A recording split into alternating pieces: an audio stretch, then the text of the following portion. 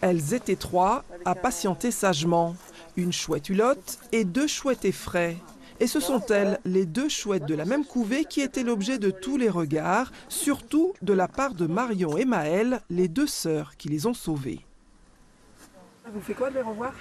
C'est cool de les revoir en forme, parce qu'elles étaient quand même pas comme ça quand on les a trouvées, donc c'est bien. Elles ont beaucoup changé en un mois là?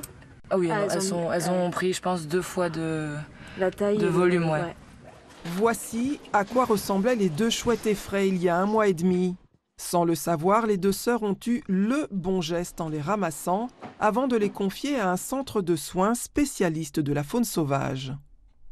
Elles étaient en danger, elles allaient mourir si on ne faisait rien. Du coup, on les a renutries plusieurs fois par jour pendant beaucoup de semaines. Et avec la canicule, elles sont tombées du nid. Et les chouettes effraies, c'est les seules espèces de chouettes qu'il faut ramasser quand elles sont tombées du nid. Dès qu'elles partent du nid, elles s'envolent et elles font leur vie derrière. À quelques minutes de la liberté. Âgées maintenant d'environ 3 mois, elles ont validé tous les tests pour être relâchées.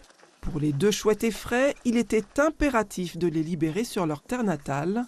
Elles retrouvent donc le domaine du Val de Gilly en compagnie de leur invitée, la chouette hulotte, qui s'envole après une petite hésitation.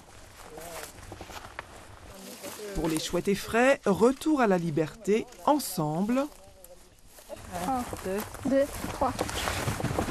Mais quand même, chacune de son côté, cette espèce protégée vit sa vie en solitaire.